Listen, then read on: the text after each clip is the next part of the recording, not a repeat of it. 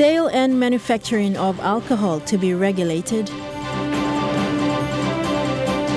MP queries policy framework for carbon trading. And Dabaris Nines to proceed after setbacks.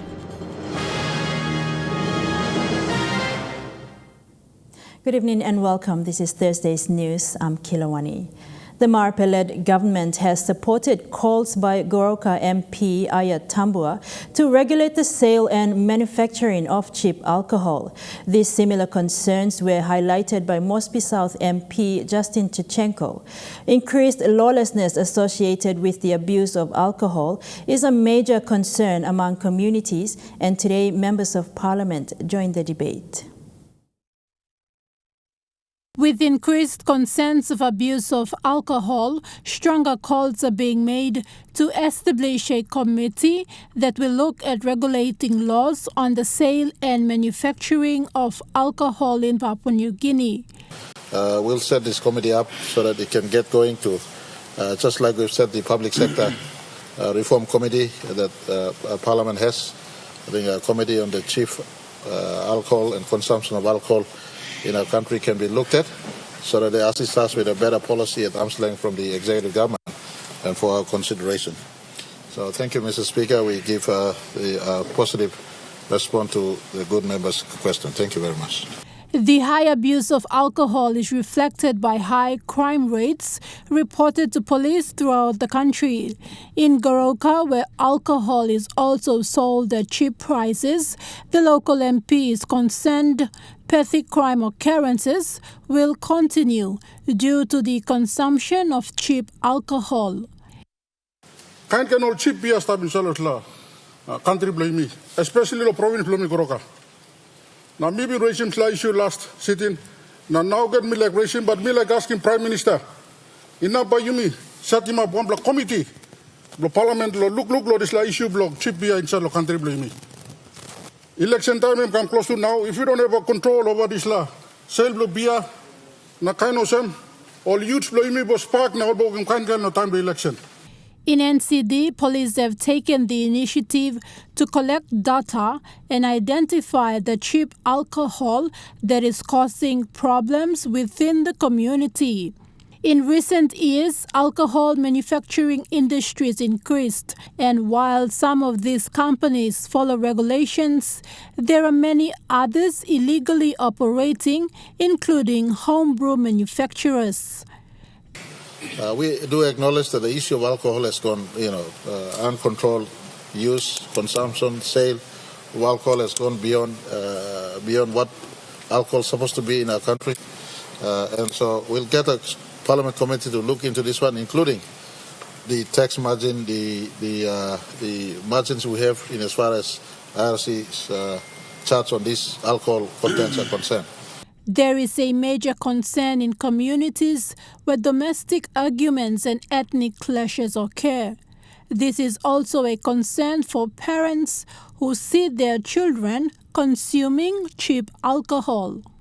In the Mosby South electorate, where many infrastructural developments are taking place, the member has also allocated a significant amount of the DSIP funds to improve law and order, where alcohol abuse has increased.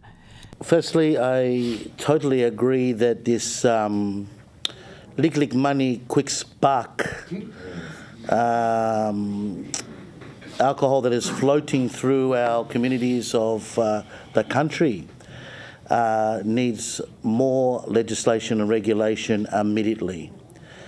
We've never had this sort of surge of drunkenness and law and order problems since this Captain Moresby and Blueberry and others have infiltrated our youth and our people, even adults. Thekla Jogo, National EMTV News. The Commission of Inquiry into the Union Bank of Switzerland loan has summoned the Managing Director of Kumul Petroleum Holdings Limited to provide bank statements from an account in Singapore where the revenue from the PNG LNG has been paid into. The Commission of Inquiry into the Union Bank reconvened today. Chief Commissioner and the Chairman of the Commission of Inquiry, Sir Salomo Injia, said the inquiry is keen on the bank statements to the Singapore account that is accessed or operated by the Kumul Petroleum Limited. The Managing Director of Kumul Petroleum Limited, Mr. Wapu Song, through his lawyer, requests that they be given until the 31st of January to be able to acquire the bank statements. However, the inquiry will not be sitting on that day, but on the 28th of January. The Commission therefore ordered that the bank statements be submitted on the 28th of January when the COI next sits. A new summons has also been issued today to Mr. Song to provide certain documents held by Tony Kelly, who is an advisor to KPHL and its board. Others who appeared today included Governor for East Sepik Province Alan Bird as the current chairman of the Plans and Estimates Committee, former MP and then state-owned enterprise minister Ben Micah, lawyer representing the Secretary for the Department of Petroleum and Energy, and Dr. Clement Weiner. All have been asked to provide necessary documents to assist the inquiry by the 28th of January. The inquiry seeks to find out whether proper and legal processes were followed by persons and entities involved in obtaining the $1.239 billion UBS loan in 2014 and the $1.681 billion loan obtained from the International Petroleum Company by the 2009 government to fund the PNG LNG project. Affected individuals and entities will have until the end of February to lodge any written submissions in response. The Commission will submit its report by the 31st of March 2022. Shamin Poreambeb, National EMTV News. A decision by the Waigani National Court has freed Catholic priest and former head of Divine Word University, Father Jan Zuba. Father Jan was Dehurst's secretary when criminal charges laid against him on allegations of misappropriation of funds allocated for the new online selection system for students. After accessing the strength of evidence presented against Father Jan, the National Court ruled that there was no case to answer. A little over 12 months and the National Court has finally cleared his name. Father Jan Zuba, the academic behind the creation of the online selection software that is now being used by the Department of Higher Education, Science, Research and Technology. He was charged in 2021 for 9 charges that covered allegations of breach in the Public Finance Management Act and the accusations that he was a shareholder in the companies that were involved in the setup of the online selection software. Representing Father Jan, Principal Lawyer Edward Sasingan from the Sasingan lawyers said while handing down a ruling on the no case to answer, the National Court found that there were no breach of the Public Finance Management Act. In a no case to answer, the accused, that is in this case Father Jan Zuba, did not give his evidence, but the court then assessed the strength of the state's evidence to see if the case is worth continuing or not. And in this case, the court saw that it was baseless. The allegations against him were baseless. There was also other allegations that he was giving contracts to his own companies. The court decided that the companies that were engaged by the Department of Higher Education were not Father Jan Zuba's personal companies.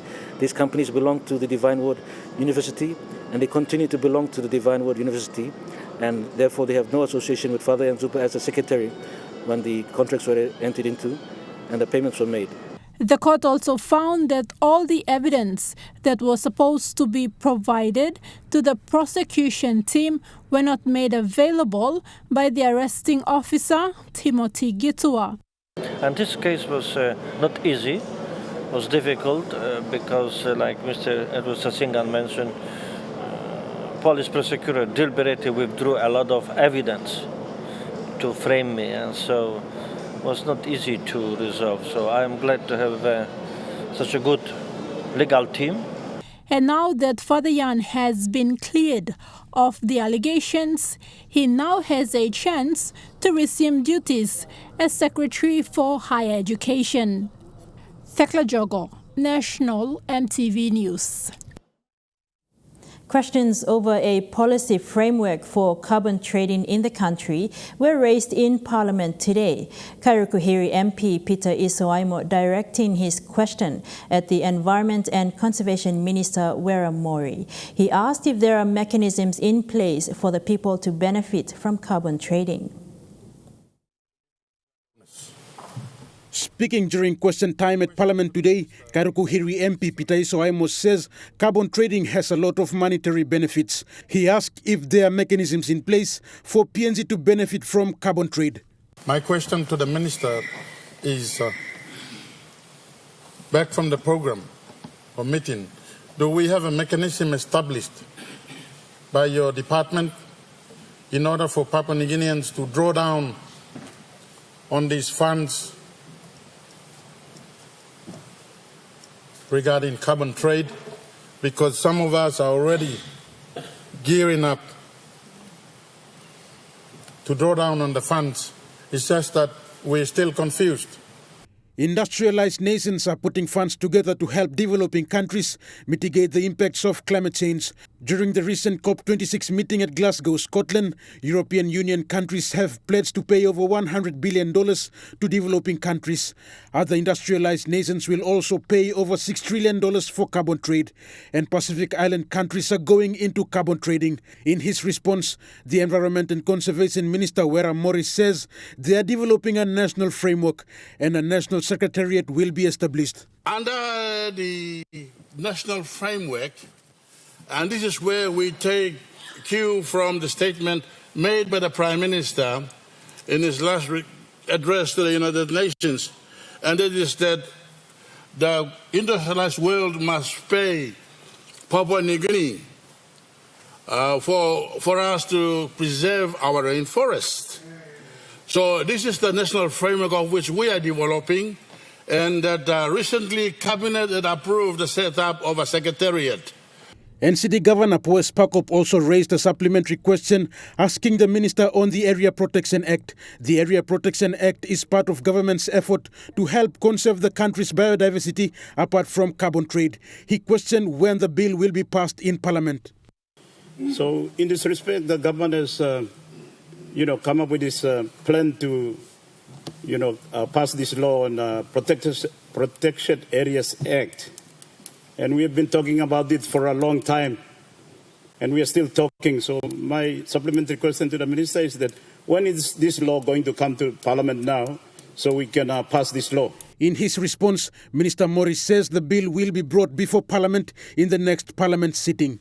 At the moment, it's basically before the state solicitors, and that as and when this basically becomes available, we will bring it into Parliament for it to be enacted. And I'm thankful for the question. I'm pretty sure that we will try and get it done in the next Parliament before we go into the next 2022 national general elections. Rayon Lakingu, National EMTV News. Following the detection of the first Omicron variant case in PNG, the Commissioner for Police and Pandemic Controller, David Manning, has banned public gatherings of more than 100 persons. The ban is effective up to 1st of March 2022. All events or public gatherings of more than 100 people will not be allowed until the 1st of March. He said big gatherings have proven to be avenues through which large numbers of people become infected with infectious diseases such as COVID-19. He added that March is when there is an increase in numbers of COVID-19 cases, as per the modeling team from the epidemiology team. Many said they are attempting to control the rate of infections before the election period. All requests for events of more than 100 people will not be approved, and approvals given prior to this new direction are now revoked. The gatherings include social events such as clubbing, bar activities, dances, diners, parties, sporting competitions, and religious activities such as church and fellowships. Those affected must now liaise with the nuclear passing team at the National Control Center for rescheduling of events. You're watching National EMTV News. More stories after the break.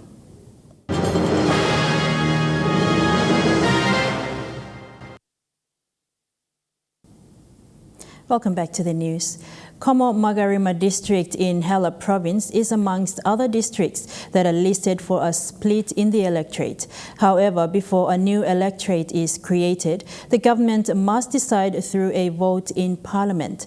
The Electoral Commission boundaries have completed their reports on the districts and now envisioned a split. People from Kairukuhiri in Central and Talasia in West New Britain province have also requested for a split in their electorates. And work will finish. There's a lot of members by vote. The Parliament long next week. Suppose only talk right. And Bami come up last member of long Como na Magarima. But Bami come up first member of long Magarima. Bami Stabia. This week and big blow to mass. 5 years me hard law developing Mogarhap. Bosavi Como Apo Wagalo Wagi. And important a good blood from all people you must Burgim this week. Intending candidate for the NCD regional seat, Michael Kandiu, has filed a formal cybercrime complaint with police over what he described as a false statement on social media. According to Kandiu, the post on Facebook stated that he will quit to give support to NCD Governor Powes Pakop. Kandiu has denied making this statement, while Governor Pakop said he will respond in due course. After a Facebook post was updated last Saturday, intending candidate for the NCD regional seat Michael Kandiu laid a formal police complaint against Facebook poster Justin Yatu, who is the General Secretary of Powes Pakop Social Democratic Party. Stating that I have reconciled with Powes Pakop team for the coming election 22. So actually I'm not on the Facebook, but some relatives and my supporters toward NCD saw this Facebook and they WhatsApp the snapshots. Kandiu received messages from his supporters asking him if he had reconciled with the current NCD governor after the post went viral on the 15th of January. Kandiu isn't aware of any reconciliation and lodged a formal complaint to police to arrest the poster for misleading his supporters. The intending candidate, who was a two-time runner-up for the NCD governor's seat in 2012 and 2017 national general elections, says he is disappointed over the misleading statement.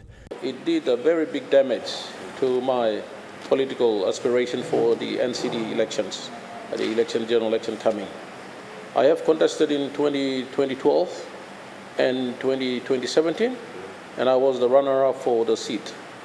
And how could I easily give in and someone saying that we reconciled and then confuse all my supporters, my followers, and this is a small petty politics. Kandiu says he is hoping for further investigation under the cybercrime law over the false statement by Yatu. So that matter is before the police for investigation and charge this guy for criminal offense that he committed. Kandiu says he is neutral and will respect his supporters' decision to support other candidates. If one or two people of my supporters want to go and support him, that's fine. That's their democratic right. I can't stop them. If his supporters come to support me, that's fine. I cannot publish in the media and say, your team in Michael Kandiu is reconciled. This is, Podivai National EMTV News. The Design PNG competition by Jacks of PNG, officially launched last year, is now in its second year. The 2022 competition was launched today at the Jacks of PNG outlet at Central Waigani, Port Moresby. Over 2,000 potential designers showed keen interest last year, and 2022 is expected to attract more talents. Jacks of PNG today launched its Design PNG competition for 2022. This is the second year of the competition. CEO of CPL Group, Navin Raju, says it's the best platform to expose talents. CPL, as part of our group community responsibility, we are very much into promoting local talent, local culture. And this country has got a vast variety of colors, vast variety of designs. And we, as a company, want to actually be able to expose this, not only here. I think we are also launching some of these designs back in Fiji and all the other brands in other countries. In its inaugural year last year, the competition attracted over 2,000 designers, of which 5 were winners. This year, CPL will only select 3 winners. Apart from a 2,000 kina prize money for the winners, designers get a one-time royalty payment on the basis of production and not sales. Judges in the competition wish all intending participants the best. This opportunity that Jacks PNG is given to you, I would encourage those who have their talents to come out and showcase them. To all the artists, look, it's going to be your traditional designs, your creativity, your culture that you'll showcase as part of this platform. So to all the entrants who will participate in the campaign this year, all the very best to you. And now looking at the Nest Fund market report, the kina closed unchanged at $0.2850 in the interbank market. At Bank South Pacific, your kina is buying $0.2775, $0.3811 Australian dollars, €0.2368 euro, and 31.14 Japanese yen. Looking at commodity prices at New York close, gold is trading lower, coffee and cocoa closed higher, copper closed lower, crude oil is trading higher, palm oil and copper closed higher. And on the stock market, the Dow Jones closed lower, the ASX 200 is trading higher, and the All Ordinaries is trading higher. You're watching National EMTV News. More stories after the break.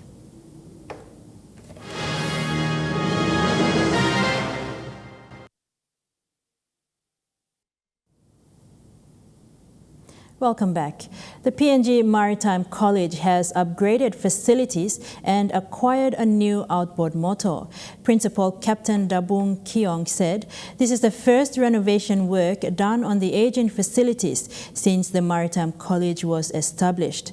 The facelift was funded by the Department of Higher Education, Research, Science and Technology at the cost of 1.7 million kina and commissioned recently.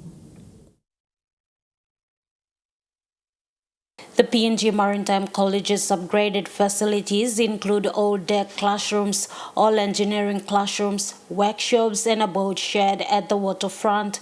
The college also completed its simulators. These are machines designed to provide a realistic imitation of the controls and operation of a ship, used for training purposes. The facilities were completed in 6 weeks. Principal Captain Dabun Kion says the college is following its strategic plan to achieve some of the new developments undertaken. We had facilities, training aid and capacity building. We have done the facilities maintenance and repair. METC is one of training aids, like simulator and like other equipments in the workshops. They are training aids. So we are shifting our focus onto upgrading and repairing of training aids. Capacity building, we have all our training staff trained up to certificate 3 level. We are now working on redesigning curriculum documents to units of competencies. This will see seafarers graduating with 2 qualifications. One is certificate of competency, that is to go and work on ships. The other one is from certificate to diploma, advanced diploma, and this will enable seafarers to get jobs ashore. And that's the redesign of the curriculum documents we have. So by the end of this year, we should have these documents in place for implementation. The college is also home to the Marine Engineering Training Complex built by OSAID Fund together with Incentive Fund in '96. That's a live engine room, something you would see on a real ship out at sea, but we had it on shore. It is the only one found in the Southern Hemisphere, but it had not been maintained for 26 years. Some of the equipment is obsolete and parts cannot be sourced to carry out repair work. Thus, it would need a major overhaul. There was a plan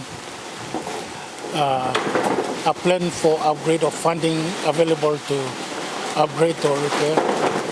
That's why it has deteriorated over time. To commemorate the PNG Maritime College, the Department of Transport donated this outboard motor. The boat will be used for special training and will be kept at one of the renovated boat sheds. Department of Transport's First Assistant Secretary, Sylvester Adema, challenged students to display professionalism and standard that would reflect the college. It is not something that we just buy for the sake of buying it. It was an outstanding request that the college have been saying that, look, we've got this specialty training. At times we go out and get to hire dinghies from the locals just to complete this training. The department say, look, I think this is the right time that we could also assist in ensuring that this specialty training can be done quickly without any hindrance by acquiring a boat. Department of Education, Research, Science and Technology Secretary says due to the policy sift through a gazettal notice in May of 2021, the department is now looking at supporting students through scholarships. Dr. Francis Ualumomi explains DS would now provide scholarships to maritime students. Even though the institutions select the students based on their criteria, when it comes to awarding, we only award scholarship based on our cutoff GPA and availability of funding. Now, when I say the cutoff GPA, it means that students who scored very high GPA, all of them can get scholarship. But there are some students who can score GPA above or at cutoff point, they might miss out simply because of the quota system. The Secretary of Education, Research, Science and Technology and the First Assistant Secretary of Transport, including other dignitaries, were at the college yesterday to commission the upgraded facilities. Martha Lewis, National EMTV News, Medang. This is Thursday's news. Trukai Sports is next. All the details after the break.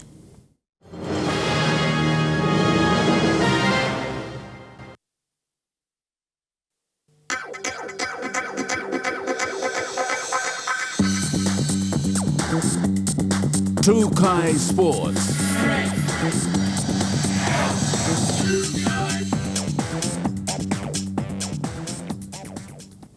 Welcome to Trukai Sports. After being postponed several times, the annual Central Dabaris Nines will kick off next week. The announcement was made earlier this week by Central Dabaris Rugby League Programs Coordinator Indy Verena. Verena is urging all interested teams to register by the end of this week to finalize the draws for the tournament. The prolonged Central Dabaris Agarbe Nines is scheduled for the 2nd to 5th February. The tournament will have teams participating in the open men's, women's and schools division. All teams are advised that the registration closes tomorrow. The tentative dates we've scheduled 2nd to the 5th of February to have our nines. Okay, this is what we've actually done is we've opened up the nines tournament where we're going to involve open men, the school kids as well, and also women. So we're looking at about 24 teams to be registered for the open men, 16 for schools, and 12 women teams we are looking at to register. Agorbe Nines was initially planned to be hosted last year, but due to COVID-19, the competition was postponed to 2022. Central Dabaris Program Coordinator Indy Verena says the management is working closely with the National Control Center to ensure the tournament will proceed as scheduled. Now, based on in terms of the COVID situation that we have, our board is currently working closely with the National Control Center to at least give us an approval to start competition. Right now, as it is, our program is a go-ahead, but as soon as we get some formal advice, we should advise further. 4 teams from each zone in Central Province are expected to take part in the 4-day tournament at Sejong Gai Stadium. The 12 zones to come in with at least 4 open men teams each. Okay, so far, Cloudy Bay have responded positively. They're going to come in with 4 teams. Mary Ronnie, Trukai Sports. The Daritoka Pepsi Nines kicked off today with a great turnout from teams as far as the Kairuku area of Central Province attended the first day of the 3-day tournament. It is being held at the Oval 2 at the Sir Hubert Murray Stadium in Port Moresby. The light drizzle in Port Moresby did little to deter rugby league fans from the Daritoka Pepsi Rugby League Nines tournament. Day 1 of the tournament, and it was a crowd puller. Held at the Oval 2 at the Sir Hubert Murray Stadium at Corney, the crowd and atmosphere proved the Nines was a must-see tournament. We had a lot of interest when we wanted to run it in November, but due to the COVID situation, we had to defer. But the teams have kept the interest and the enthusiasm alive, and then when we recall for the January rescheduling for January, the same interest turned up even more, but we had to cut it down to only 32 teams because of the situation of our field and all this. So, teams as far as Kairuku in the Central Province and suburbs in the city are taking part in the 9-a-side format.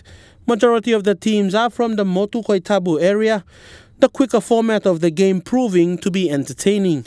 22 of them are from the various Motu Koita villages within NCD, and we also have about 6 from our Central Province, from Central Hiri East and Hiri West. We also have a team from Berena, and then there's a couple of teams from the suburbs, namely Tokarara, or Konedobuhia, and also Joyce Bay.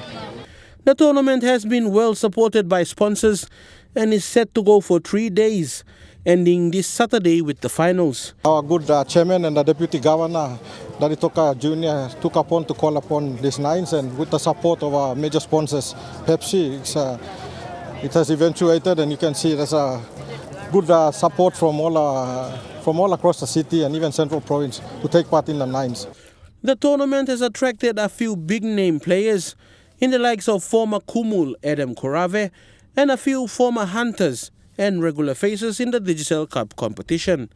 The inclusion of these players helping to improve the standard of the code at the grassroots level. Like I said, just judging from the start of the games, I think the standard of games seems relatively high because we have a lot of players from PRL and also digital players taking part as well. I think there's going to be a high quality, high standard of rugby league, and then Fidelis Sukina, Trukai Sports.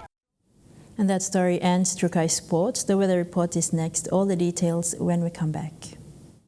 Trukai Sports.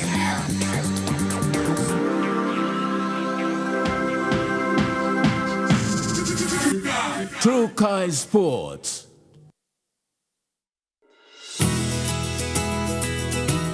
This weather update is proudly brought to you by MoniPlus. With you always. Weather forecast for tonight and tomorrow. Southern region, Port Moresby, Kerema and Popondetta, partly cloudy with chances of few showers and thunderstorms. Cloudy periods with few showers for Daru, and Alotau mostly fine, partly cloudy. For the Momase region, Ley and Medang, cloudy periods with a shower or two, cloudy periods with some showers and possible thunderstorms for Wewak and Vanimo.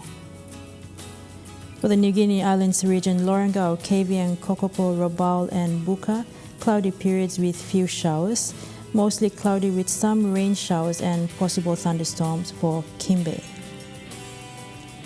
In the Highlands region, all centers cloudy with some showers.